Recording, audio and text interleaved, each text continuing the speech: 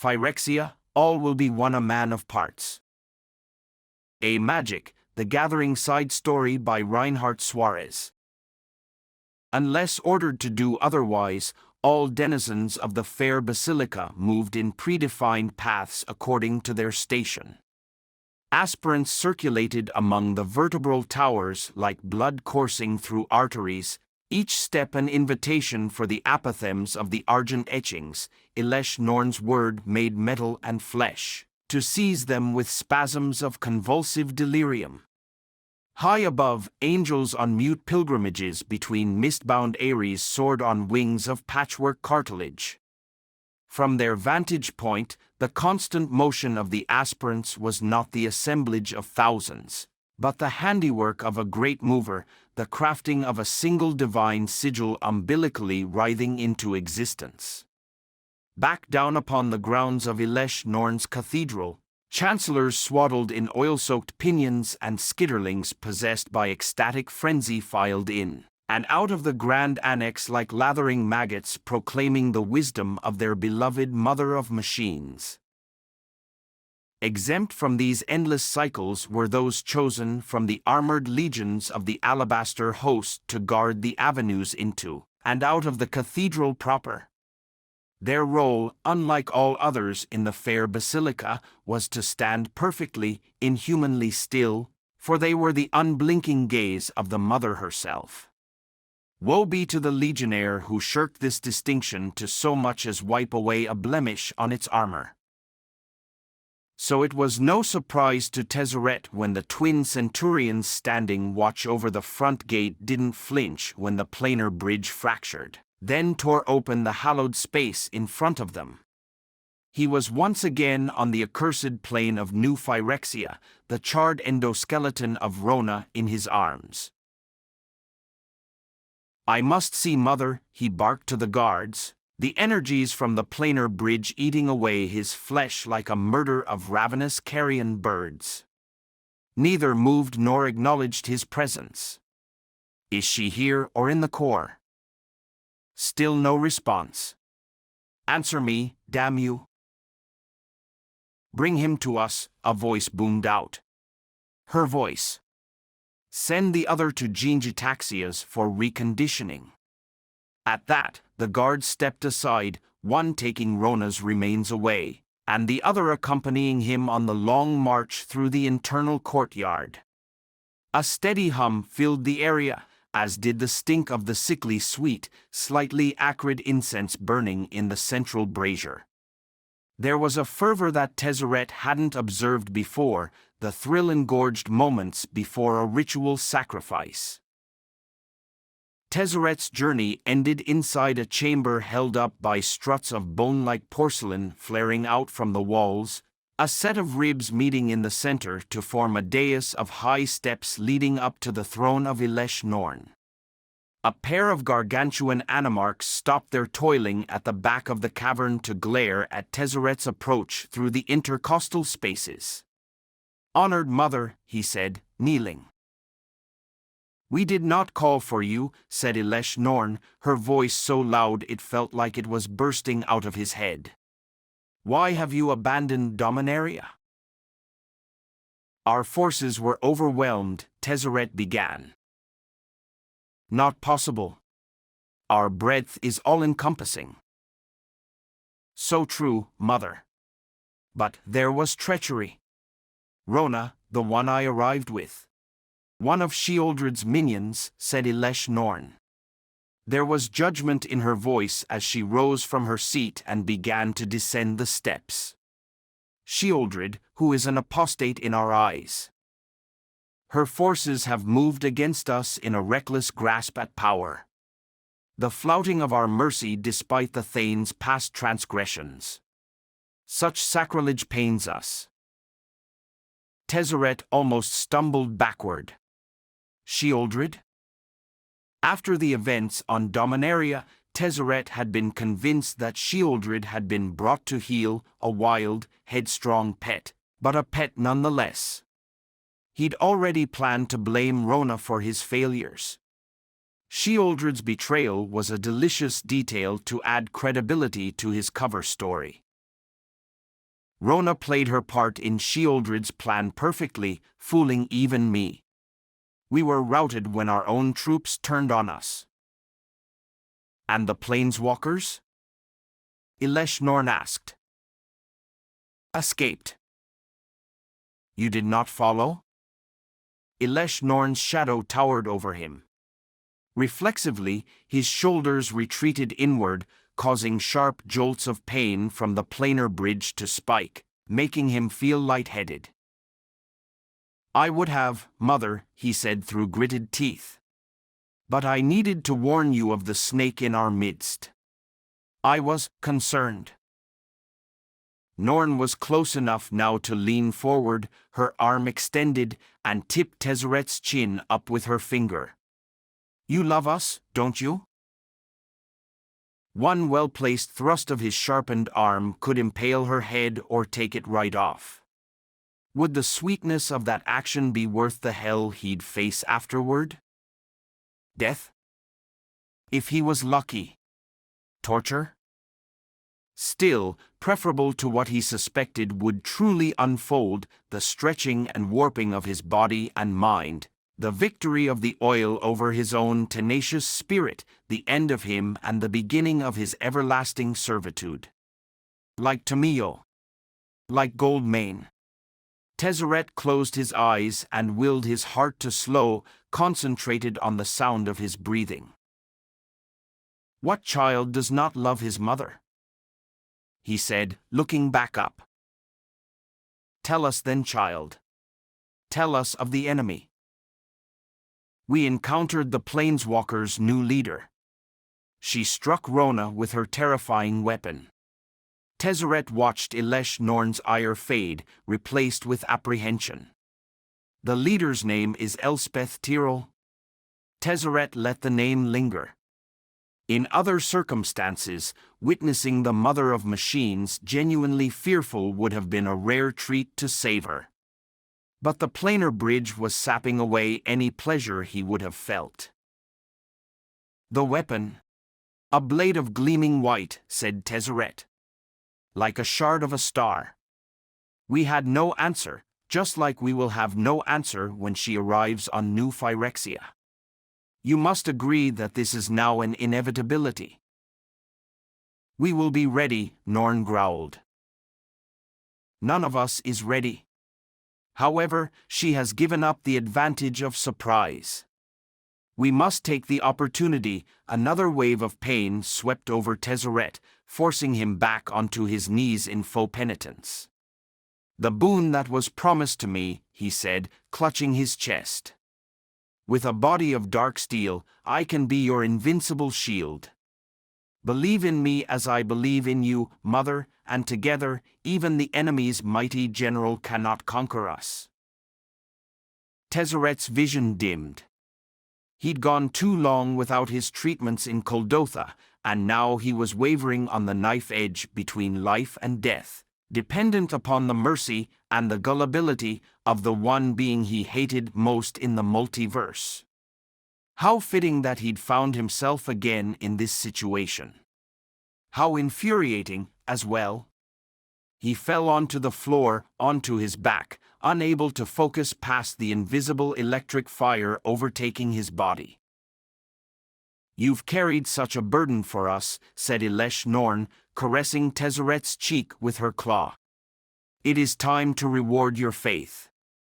A promise is a promise. Elesh Norn's sickeningly haughty smile was the last thing he saw before he lost consciousness. The air was cold and wet and smelled of oil. Tezzeret's eyes shot open.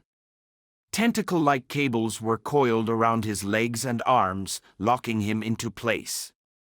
Looming over his head was an iridescent orb, pincers of hardened quicksilver jutting out from its sides like the legs of a mechanical spider. Stabilization procedures have been successful. Subject is regaining consciousness. Gingietaxias. Tezzeret strained to take in as much of his surroundings as he could.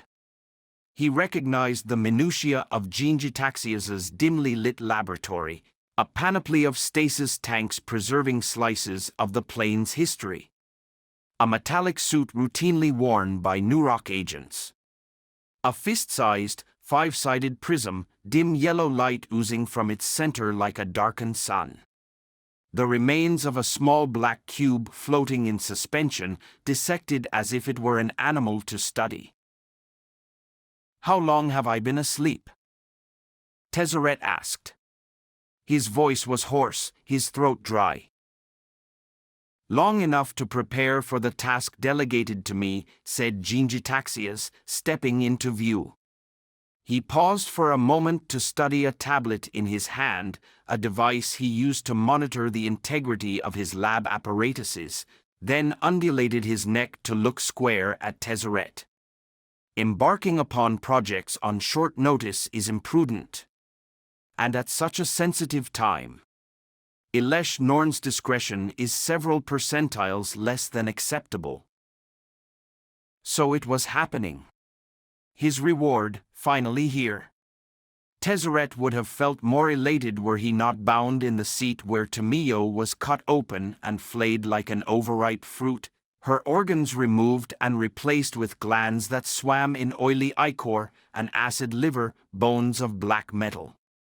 Beholding her rebirth as a Phyrexian, Tezzeret vowed that no such fate would befall him, that he'd die before he subjected himself to Gingitaxias's mad experiments.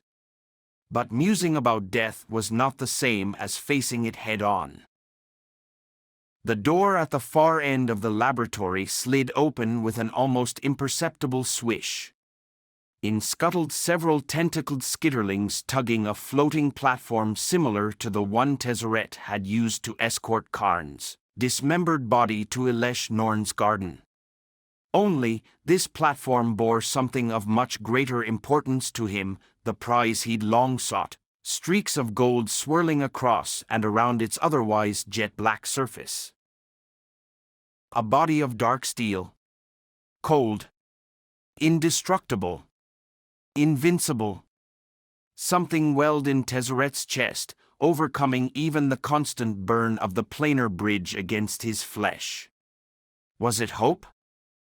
Not at all. Such a delusion was fine for simpletons. Tezzeret had no use for it. What he had was clarity.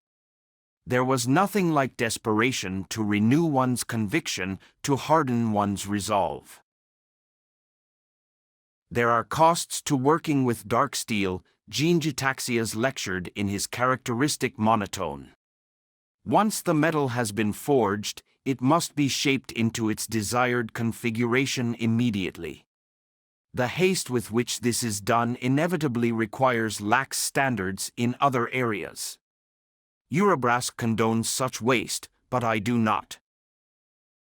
"I am well aware," Tezzeret said, inwardly sneering at Gingitaxias pretending to understand something he clearly did not.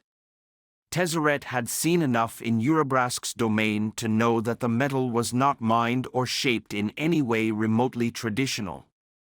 Forging dark steel lay in forging the reality around where the metal would be, presaging it so that it could be willed into shape. Tezzeret conjectured that the exact magical mechanism was a chance collision of rituals assembled over countless cycles, perhaps in part cribbed from Volshok technique and in part from knowledge gained outside the plane long ago. Despite his insight, all his attempts at replicating it had failed.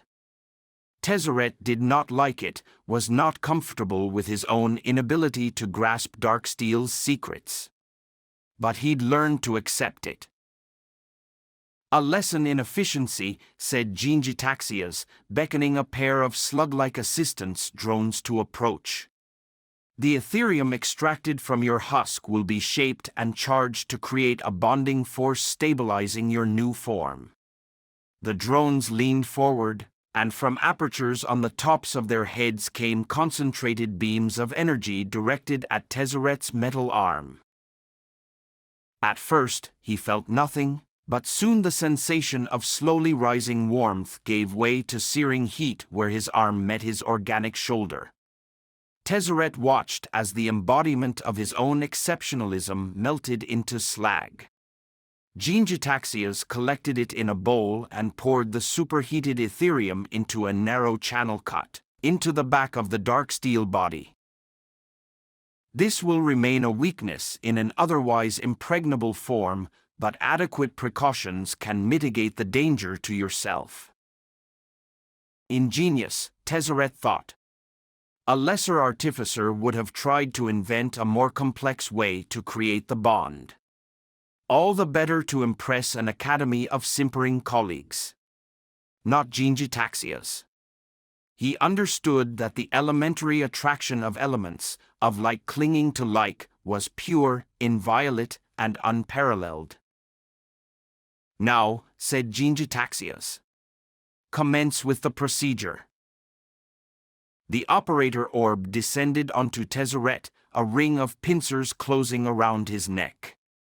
Then the orb began its work, first by implanting microfilaments into his skin, each puncture like a dagger stroke.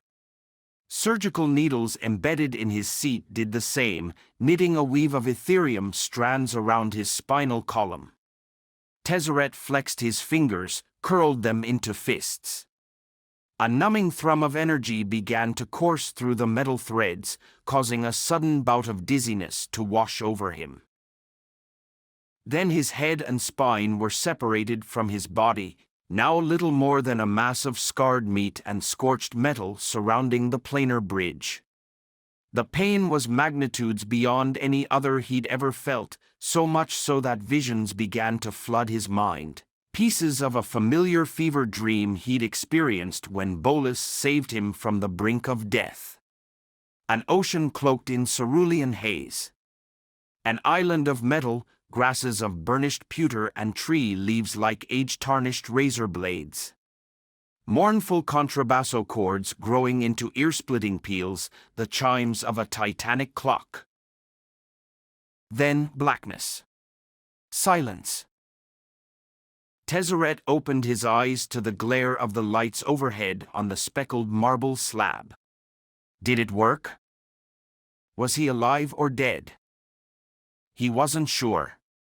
He focused on his fingertip upon the slab and marveled when it moved on command.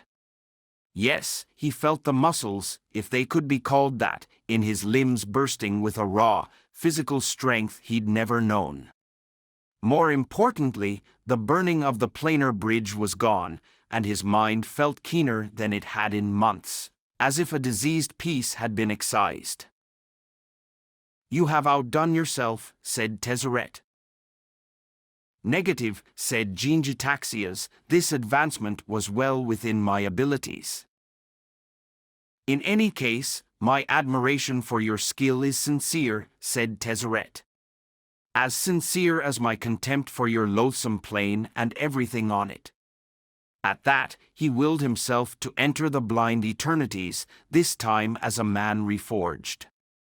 He relished the thought of visiting restitution upon all who had wronged him, then amassing power to attain his proper place in the pantheon of the multiverse.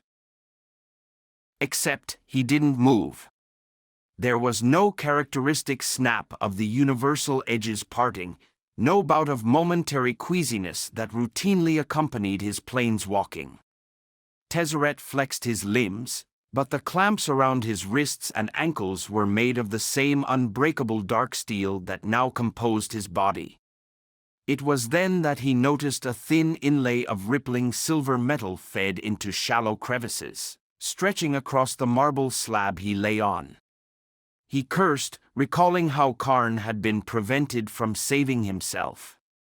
Tezzeret had fallen into the same trap.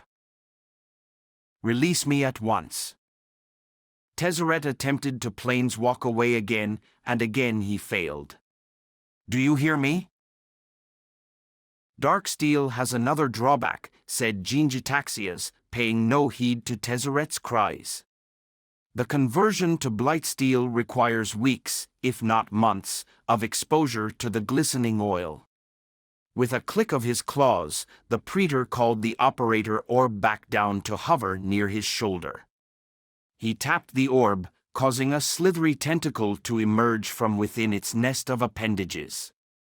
Fortunately, advancements have been made to minimize this issue as it pertains to the task at hand. The tentacle unfolded, revealing a small module at its tip. The reality chip, a new version dripping with glistening oil. This was not part of my agreement with our mother, screamed Tezzeret. Her wrath will rain down upon your head. There is no violating an agreement already broken.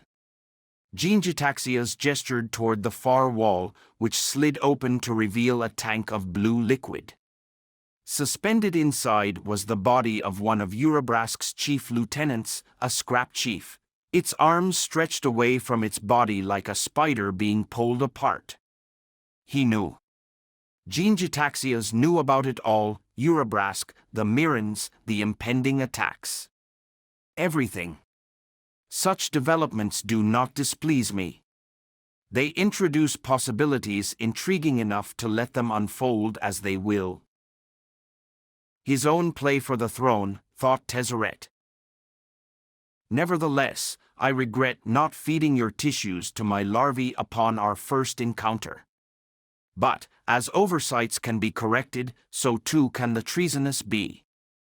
What is Elesh Norn's nomenclature? Forgiven. Tezzeret tried again to break his bonds, casting spells in every direction he could. But with each incantation, the metal inlay on the slab would flare, changing color from silver to a bright opalescence, siphoning away the energy he needed to escape.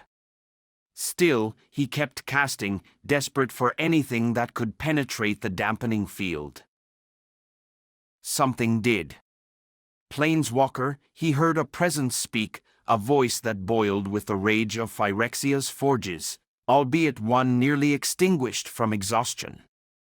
How do you reach into my mind? It had been so long since Tezzeret had initiated contact with a Telemin that he had almost forgotten how. Less a true spell than an Esper mentalist's trick, establishing a mental bond in this way allowed the caster to assume total control of another individual, provided full permission had been granted. Useless against an enemy. But in a situation such as the present one, it was exactly the improvised weapon he needed. Give me control, Phyrexian, thought Tezzeret. I am your only means of salvation, and you mine. Otherwise, we both end here. There was an initial resistance by the scrap chief, a natural reflex, which quickly gave way to Tezzeret's psyche melding into his new host. He could feel the creature's flagging rage, like a smoldering furnace, and stoked it with his own. Beholding Gingiataxias standing over his body through the transparent wall of the scrapchief's prison, Tezzeret aimed a single hit onto the glass with the creature's sharpened upper jaw. He struck it again and again, each time widening the fracture until the tank exploded in a hail of shrapnel. Tezzeret drove the scrap chief forward, ramming Gingiataxias onto the ground, knocking the reality chip from his grip. Given different circumstances, Tezzeret's next step would have been to beat Gingiataxias mercilessly. To break him. Instead, he commanded the scrap chief to charge past and bring the full weight of its heavy, metal-capped arm onto the marble slab, punching a hole straight through. Again and again. The more damage to the slab, and to the lattice on its surface, the stronger Tezzeret's connection to magic. He raised the scrapchief's arms overhead for one final smash when pain ripped through his, or rather, the scrapchief's, back. Looking down, he saw the claw of Gingiataxias protruding through the scrapchief's chest. Tezzeret's mind snapped back into his own body in time to see Gingiataxias throw the scrapchief's corpse down to the ground, a lifeless pile in front of him. No words came out of the praetor's mouth. The time had passed for intellectual cogitations. Both Praetor and Planeswalker understood this. One moved, Genjitaxias lunged forward, armed with the reality chip, and so did the other. Tezzeret planeswalked away. Filth. Darkness. Desolation.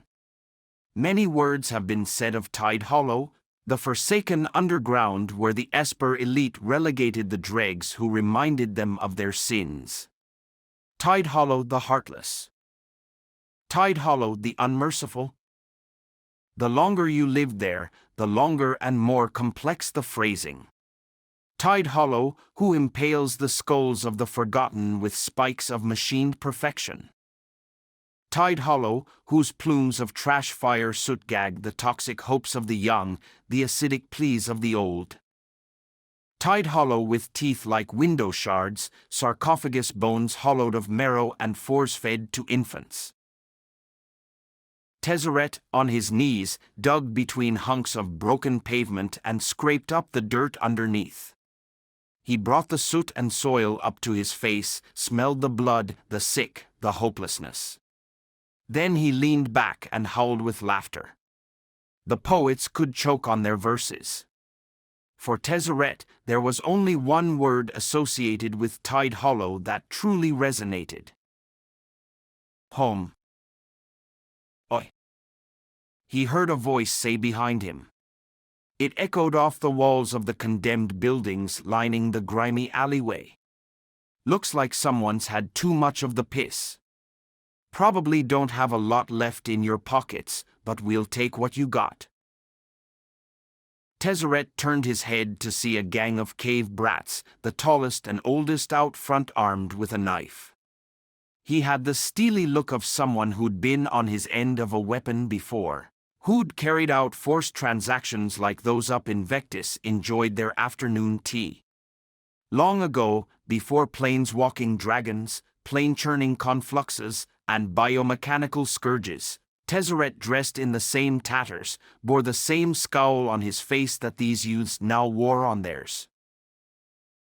I am at a moment of weakness, Tezzeret said, calmly. I will permit you to leave. I think we'll stay, thank you very much. Said a girl, the lead boy's second in command, Tezzeret guessed. What are those things floating around him?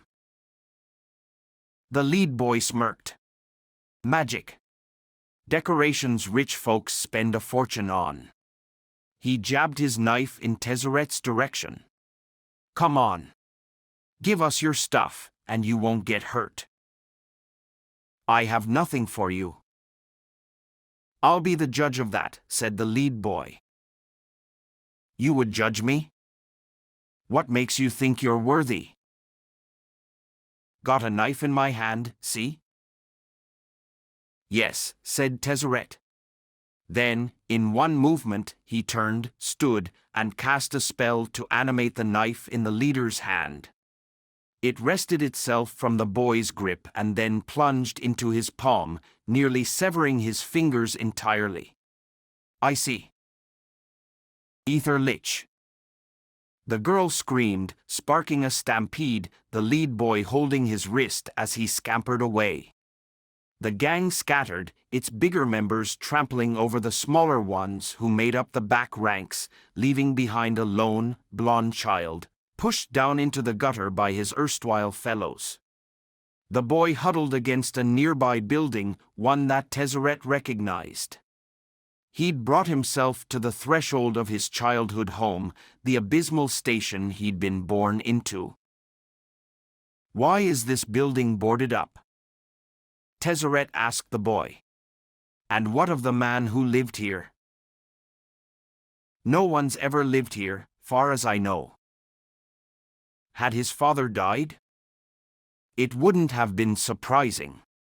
When he wasn't cursing other scrappers for stealing his rightful claim or screaming at his son to allay his frustrations, he was in his cups babbling to the phantom of his dead wife, Tezzeret's mother, before passing out in a pool of his own vomit. Before he knew better, a young Tezzeret would wait until his father was asleep, then wipe the table dry and lay his father down upon his cot with blanket drawn. Imbecile. He'd merely enabled his father's cruelty toward him. Only when Tezzeret was older, after he'd learned about the power of mages, did he see the role he played in his own suffering. "What is your name, boy?" "Estel," the young man stammered out. "Come." Tezzeret tried to reshape his arm into a bent edge to pry off the wooden panels nailed across the doorway, only for his body to ignore his command. He grunted, realizing that for all the strengths of his new form, there were trade-offs. With time, he thought as he tore the panels down as if they were scraps of paper. Inside didn't look much different from what he remembered. 2 rooms, one a kitchen area with a shallow fireplace and a table, and the other used as sleeping quarters. Both were stripped of anything of value. The only things visible implying his father's existence were bits of twisted metal, all cheap alloys, scattered across the floor, and a heavy cloak that smelled of mold and sawdust. But what of things invisible? Tezzeret pushed the table aside and, counting 3 tiles from the back wall, he inserted a finger into the crack between the 3rd and 4th. Underneath was a small metal door locked with a heavy deadbolt. Tezzeret ripped the door off its hinges, reached in, and pulled out a small wooden box with floral patterns carved onto its lid. This was his mother's handiwork, the last remnant of the hobby that gave her solace amid the squalor. He remembered hugging the box on the journey up to Lower Vectis to collect his mother's corpse, how his fingernail fit perfectly into the shallow grooves of the carving. He remembered her promise that morning to return with supper, a promise, he supposed, she'd intended to keep. Witnesses told a familiar tale. She'd been begging for alms when a wealthy guildmaster's wagon hit her and didn't stop. Of course, the authorities did nothing. Humiliation and death were common enough occurrences for downslopers like her. Long after, and armed with his seeker training, Tezzeret searched out his mother's killer, only to find that he'd died years before, peacefully, surrounded by his loving family. Tide Hollow, whose claws of rags and misery dragged dreams to ash. "Do you know what this is?" Tezzeret asked Estel after cracking open the box for the boy to see. Inside were metallic scraps of all shapes, nuggets, shavings, irregular threads. "Ethereum," Estel answered, shriveling under the planeswalker's gaze. "This paltry amount is worth more than all the denizens of Tide Hollow combined, anything that you are now or will be in the future." Tezzeret began to shape a spell, murmuring words he'd learned long ago as a member of the Seekers. Its value is derived from its extreme rarity, its inability to be reproduced. At least, that's what you're told. He let his hand drop, the Ethereum suspended in the air, and watched as the liquid metal reformed itself into a thin square. "Those in Tide Hollow need little motivation to fight among ourselves for the scraps we're allowed to have. All the better for those above. It keeps us out of their way." Letters began to raise themselves onto its surface, Tezzeret's mind pressing the metal into a message. Tezzeret took the Ethereum, curled it into a tight tube, and placed it back into the box. He looked to Estel and intended to place it in his hands when thunder tore through the air, the sound of steel doors being wrenched apart. Tezzeret ducked outside to see an angular crack, flaring with bright crackles of energy, breaking the cave ceiling. Tearing through it was a column of white material that he at first thought was a building falling through from the city above. But upon closer inspection, he spotted creatures moving across the column's surface, scampering down like insects to street level. Then he realized what he was looking at. Bone-white metal. The Phyrexians had arrived. Too soon, Tezzeret snarled. He clutched Estel's arm and dragged him inside the hovel. He forced the boy to take the box, then spotted the small dagger strapped to the boy's belt. "Give me your knife." With a shaking hand, Estel drew the knife from its sheath. Tezzeret grabbed it and looked it over. Cheap make. Loose handle. Chipped tip. Still, it would suffice for Tezzeret's ends. A beginner's spell solidified the knife's handle, another filed the edge down until it was sharp and tapered. One last enchantment made it quasi-ethereal such that its cutting edge could cleave through a well-forged sword. "The cistern at Bellow's End," he said. "Do you know of it? There is a passage leading to a forgotten house in Upper Vectis. We use it to watch the parades. As did I in my youth. Go there, stick to the shadow way, the narrowed passages." "How do you know?" "Be quiet and listen. You are to leave the city, taking supplies as you come across them. Do not stop moving. If something gets in your way, use this." Tezzeret placed Estel's refashioned knife back into its sheath. "Make your way to Bant." "Bant?" "Follow the shoreline northward, keeping the silver wind at your back to guide you to Vale Ron. Approach the first outpost you see and find the knight decorated with the most sigils. Request an audience with Knight General Rafik and give him the box. Am I clear?" The boy nodded, but his expression was one of worry and confusion, exacerbated by the shouts and screams, not to mention the inhuman roars from outside. "What is happening? What were those things? Who are you?" "I am the one giving you a chance to live," he said. "When you see Rafik, tell him that an ally of Elspeth Tyrrell sent you." Tezzeret pushed Estel away, and the boy turned to leave. But before exiting, he looked back, nodded, and said, "Thank you." Wasted words, he spat, heat rising behind his eyes. "But sir, just go," he screamed, prompting Estel to run out the door. Tezzeret stood, his body trembling. "I have not fully recovered from the grafting," he told himself as he regained his composure. If the boy dies, he dies.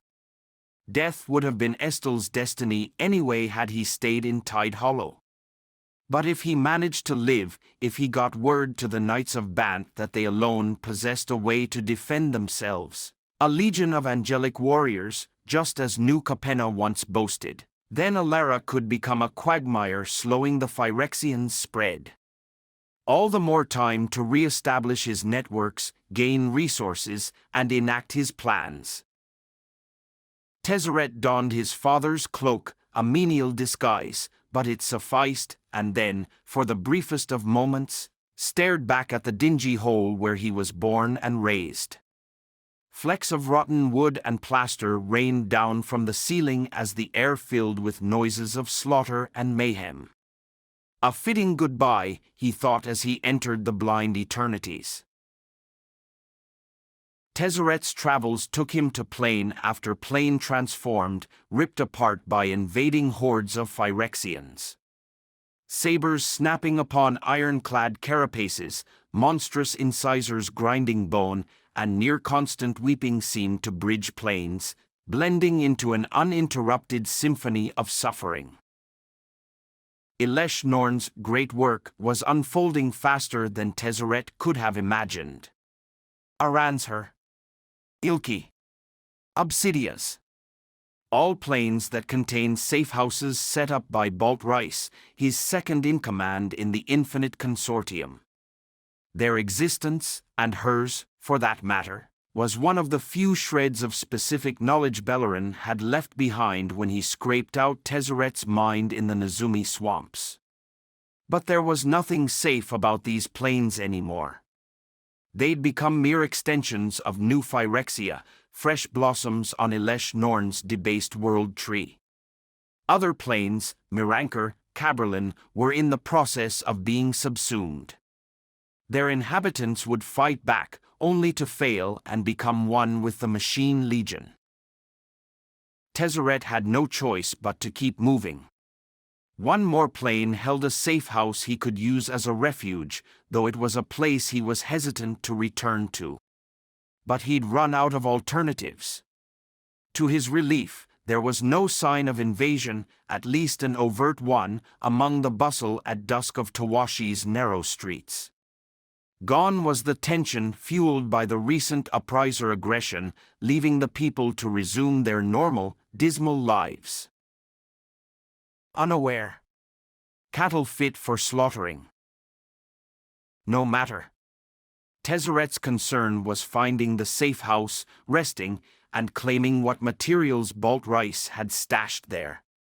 Unfortunately, the snaking layers of gridwork that marked the Tawashi Undercity had proven as formidable a barrier to his reprieve as a Phyrexian horde. "Where is it?" he muttered, emerging from yet another alleyway back onto the street. Tezzeret stiffened the hood of his cloak and kept his face low. Surveillance was everywhere. He'd long been unwelcome in most parts of Kamigawa, and he had no doubt that his enemies had renewed their hunt for him after his most recent stint on the plain. He continued walking until he found himself in Dragon's Well, one of the lowest sections of the Undercity, an area forever shielded from the sunlight by a matrix of bridges that serviced those who worked and lived in Tawashi's skyscrapers. It was a logical place for the safe house's location. Out of sight. Buried. Forgotten by all but the Undercity's biker gangs that eke out a meager existence in petty crime. Somewhere Tezzeret would have chosen, perhaps a location he did choose but could no longer remember. He placed his hands on the support column of a bridge and murmured a rhabdomantic spell, sending his mind sizzling through the metal in search of a doorway with the consortium's magical imprint. "It is you," he heard someone say, a split second before feeling a surge of electricity overtake him. Tezzeret suddenly felt helpless to gravity, the weight of his body toppling him over like a tipped statue. It took all his strength to reach backward, where he felt a blade piercing the threadbare cloth of his father's cloak, penetrating the soft ethereum in the middle of his back. Lucky shot, or unlucky, as it were. A bright light then burst out of the darkness, shining down upon him from atop a hovering surveillance drone, its cannon still smoking from a recently fired shot. Stepping out from the periphery was a Nezumi, young from his stature, with gray-spotted, white fur unlike most of his brethren. "Where is she?" Tezzeret groaned and attempted to planeswalk away. But his mind was too scrambled to escape or to cast spells. He reached back again, this time tapping the shaft of the blade with his fingertips. "Tomiyo," the Nezumi continued. "Tell me where she is." He raised a control rod, using it to command the drone to lower. "Is she dead?"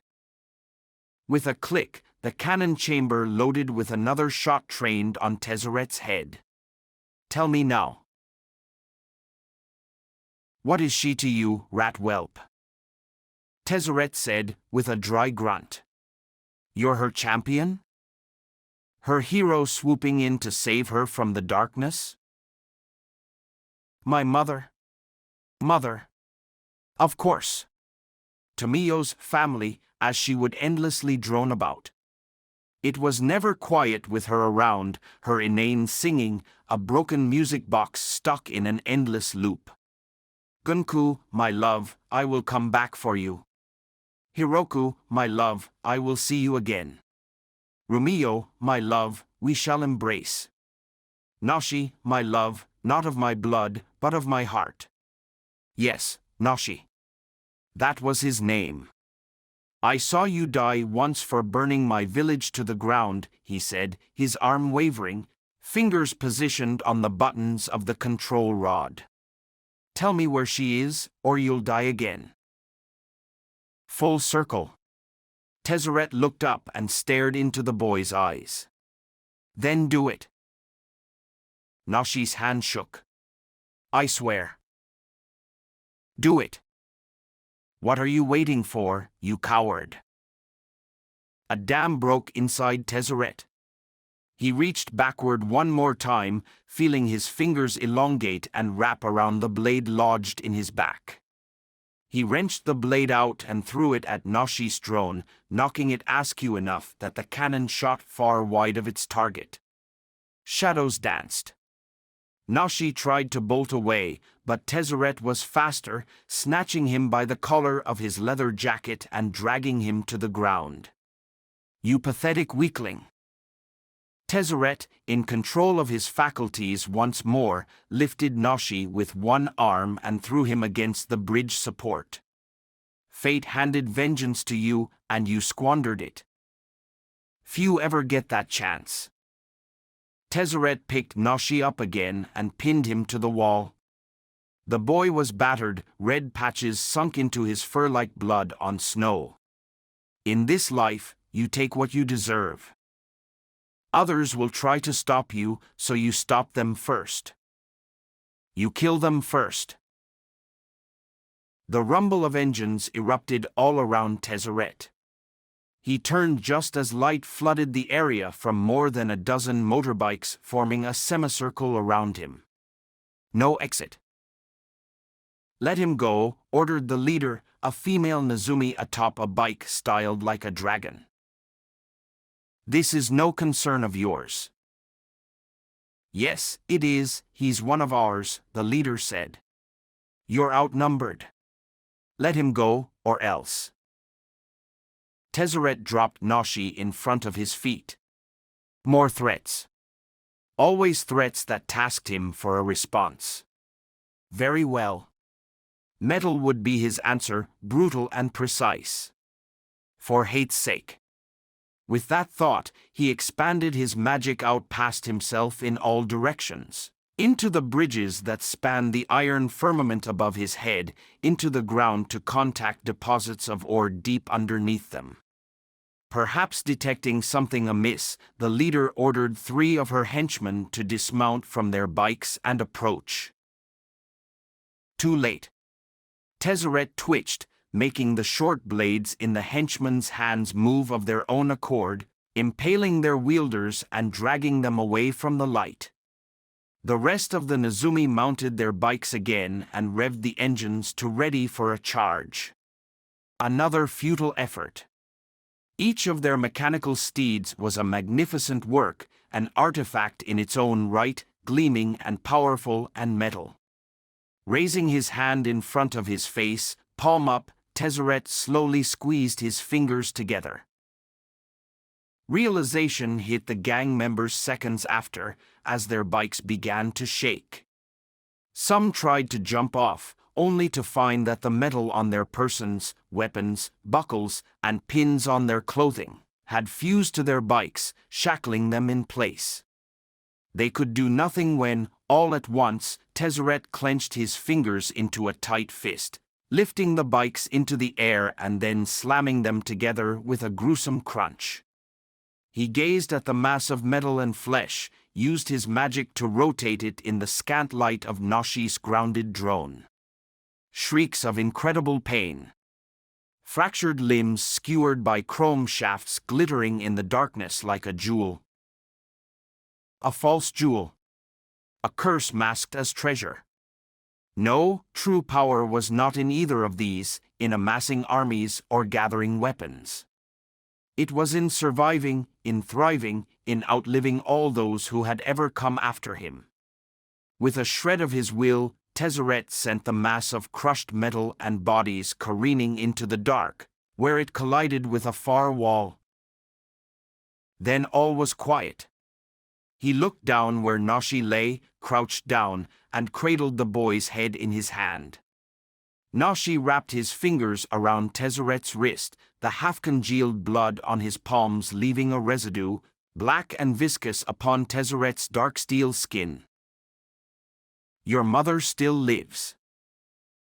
"Alive," Nashi gasped, the smallest sliver of a smile flashing across his face. Tezzeret nodded. "She will come for you soon enough." He leaned in closer. "And when she does, you will wish I had killed her." Gently, he placed Nashi's head onto the ground, stood up, and walked away. The safe house was located behind a false wall in a gaming parlor, bright and raucous, where people from the lower strata of Kamigawan society sunk their money into machines promising riches, but delivering little more than flashing lights and clanking sounds. It shouldn't have surprised Tezzeret. Baltrice always had a penchant for such frivolities. Inside, he found exactly what he was looking for. A private place to rest. To strategize. To ruminate. The supplies were also most welcome, a new suit of light armor, the spine and neck area of which he magically reinforced. Several denominations of currency from many different planes, a mana blade, one of the very few not in the possession of the Church of the Incarnate Soul, and last, a small crystal that, when held, projected a pattern of pinpoint lights onto the wall, an esoteric telemetry that rekindled a memory long snuffed out. Tezzeret planeswalked from Kamigawa to a plane so forlorn that even he did not know its name. The journey, the flexing of a neglected muscle still retaining the imprint of endless practice, found him standing amid an ocean of sand. In the distance rose a shallow hill made of seamless metal, and emerging from its top was a single spiked tower. Once, this was his tower, the base of operations from which he steered the fortunes of other planes as the shadowy leader of the Infinite Consortium. "Smart, Bellerin, to keep this from me," Tezzeret mused. But no longer. As Tezzeret began his trek forward, he pondered the battle happening across other planes, Bellerin and his cohort against Elesh Norn. They would reach the end soon, the stage when both opponents would unleash their final salvos against each other. This was always the most important part of the game, one he was glad to sit out. Eventually, one of them would be victorious but weakened. Then, and only then, would he make his move. In the meantime, there was much rebuilding to do.